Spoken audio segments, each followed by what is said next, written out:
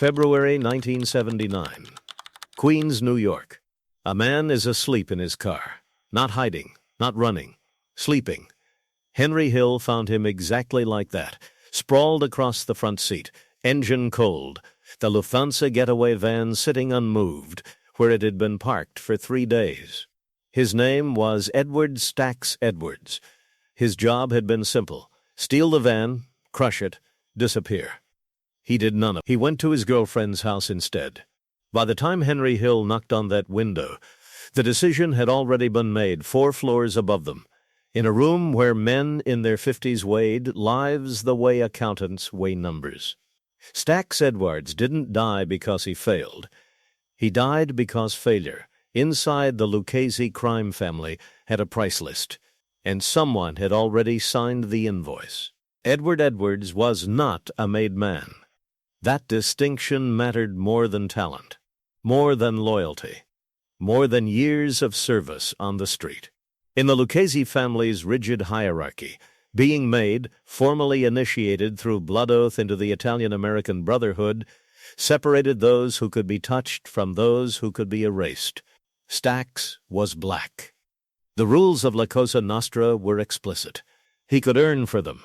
He could bleed for them. He could never become them. He ran with Henry Hill since adolescence. Grew up in the same Queens neighborhoods where the mob wasn't a criminal enterprise. It was infrastructure. It was jobs. It was order. Stacks understood the streets. What he never fully understood was his own position within them. Henry Hill was the bridge.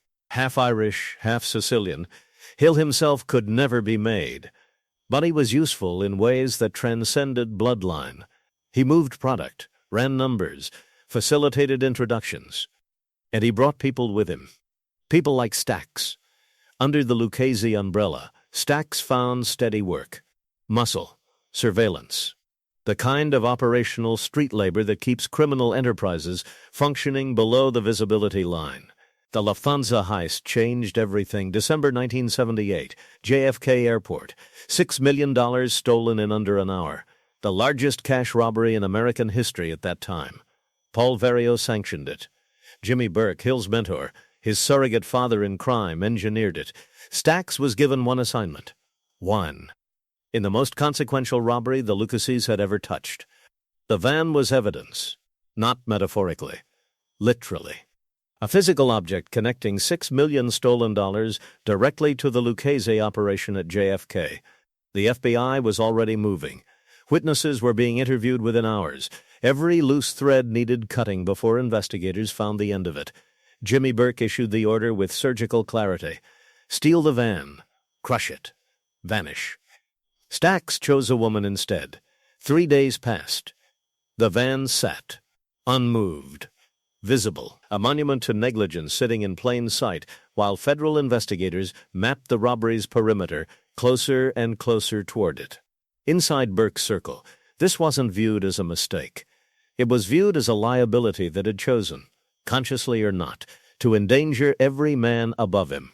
In organized crime, that distinction barely matters. The FBI's interest in Lufthansa was not routine. 1979 was a pressure year. Federal prosecutors were assembling the legal architecture that would eventually become the RICO statute's most devastating applications against organized crime. The Lucchese family was already under surveillance. Paul Vario's operation at JFK had been leaking intelligence to investigators for months through sources he hadn't yet identified. $6 million had a gravity of its own. It pulled attention from Washington downward. Congressional oversight committees were asking questions about airport security failures. The Port Authority was cooperating with federal inquiries. Every day the van remained intact was another day the Bureau's timeline grew more precise. Burke understood something Paul Vario understood equally well. Exposure at this scale didn't just threaten individuals. It threatened the entire Lucchese enterprise simultaneously. There was no intervention, no warning delivered, no final chance extended. That is the detail. Goodfellas compressed into dark comedy. Hill discovering Stacks asleep. The casual absurdity of it. What the film never excavated was the deliberate silence that preceded that morning. Burke knew for 2 days. He said nothing to Stacks, made no call, sent no messenger. That silence was institutional. Within the Lucchese operational code, warning a liability was itself a punishable act.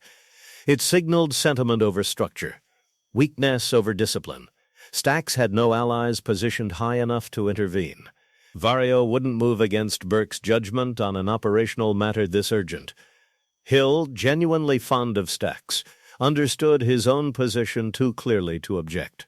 Friendship inside these walls had precise boundaries. This was beyond them. Henry Hill knocked on the window. Stacks woke slowly, recognized the face, felt perhaps a brief second of relief. Hill told him Burke wanted him. Immediately.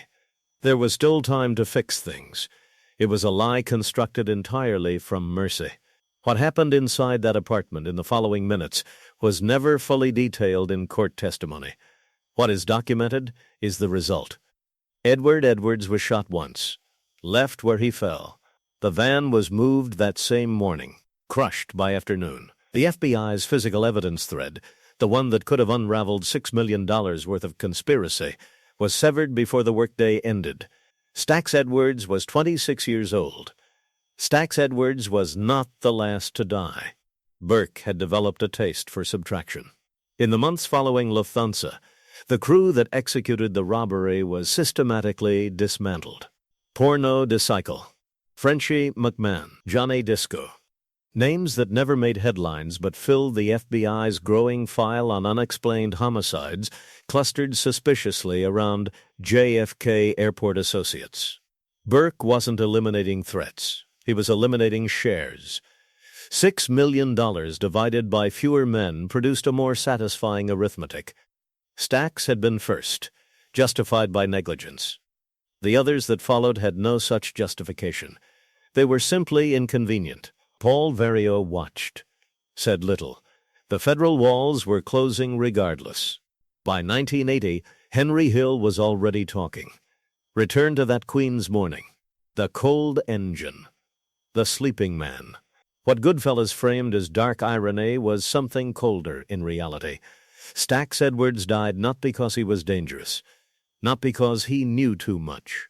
He died because the organization he served required periodic demonstrations that its rules carried absolute consequence.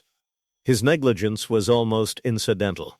What mattered was the message his death delivered downward through every rank below him. This is what organized crime actually sells. Not protection, not opportunity, certainty. The certainty that structure will be enforced, that hierarchy will be preserved, that no single human life outweighs the system's survival. The van was crushed. The system continued. Stacks Edwards remained exactly where Henry Hill left him.